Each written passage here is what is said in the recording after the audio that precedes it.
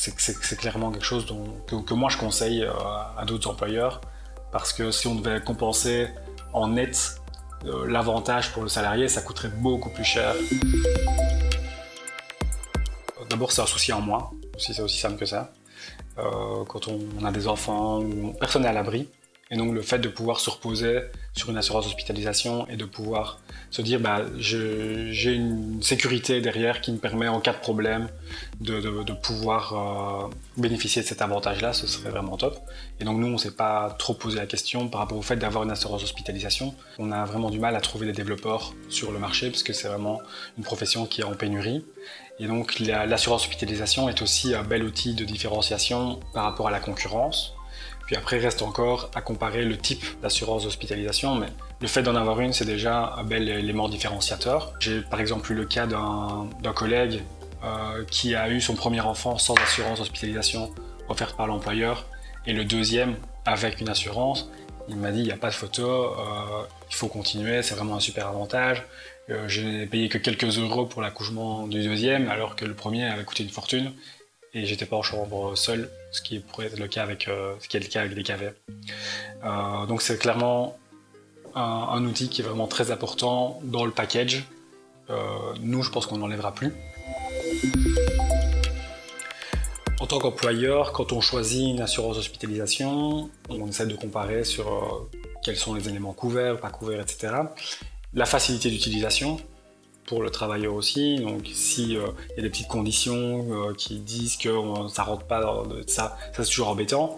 Et puis pour l'employeur en tant que tel, pour la gestion, on a besoin de documentation qui permet d'expliquer facilement aux nouveaux collaborateurs, voilà ce qui est couvert, ce qui n'est pas couvert, voilà comment l'utiliser, voilà dans quel cas l'utiliser.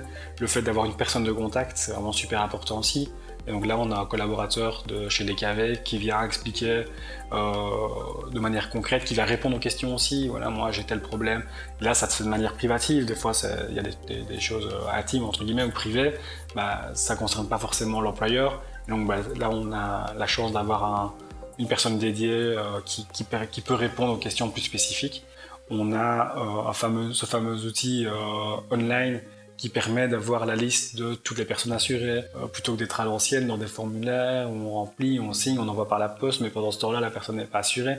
Là, ici, on nous assure que dès que la personne est inscrite, même si on n'a pas encore reçu la carte, c'est d'office assuré, c'est clairement un atout. Ce sont vraiment des éléments qui facilitent le travail. Là, on a vraiment un confort dans la gestion qui est vraiment très important parce qu'on doit se concentrer sur notre métier. Les avantages d'avoir une assurance hospitalisation, c'est clairement d'avoir un vrai atout différenciateur par rapport à la concurrence. C'est le fait aussi, en cas de problème, on sait que nos employés sont couverts et donc forcément, ça peut aussi faciliter la reprise derrière et le bon fonctionnement de la société. C'est un confort évidemment pour le salarié qui voit que sa famille est aussi couverte dans le package global. Le fait de travailler avec une assurance aussi, tout est géré par le courtier ou par l'assurance en elle-même. C'est clairement quelque chose que moi je conseille à d'autres employeurs parce que c'est bénéfique pour tout le monde.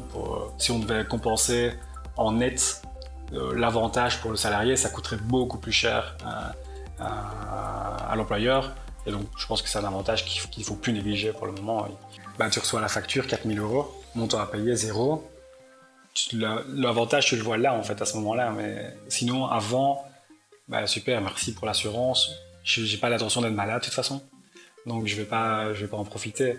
Mais effectivement, quand tu peux en bénéficier, que tu arrives à l'hôpital, vous avez une assurance hospitalisation, monsieur et madame? Oui, bien sûr, voilà la carte. Ah, DKV, c'est super. Je vous en prie, la chambre est là-bas, il n'y a pas de souci, installez-vous, pas d'acompte à payer, il n'y a pas de problème. C'est un réel confort, mais tu te rends compte une fois que tu dois malheureusement ou heureusement, ça dépend du cas, devoir l'utiliser. Pour moi, c'est rassurant qu'un employeur intervienne dans mon assurance hospitalisation, dans le sens où parfois certaines personnes n'ont pas d'assurance hospitalisation. À titre personnel, j'en avais une, mais qui était moins avantageuse que celle que mon employeur m'offre actuellement.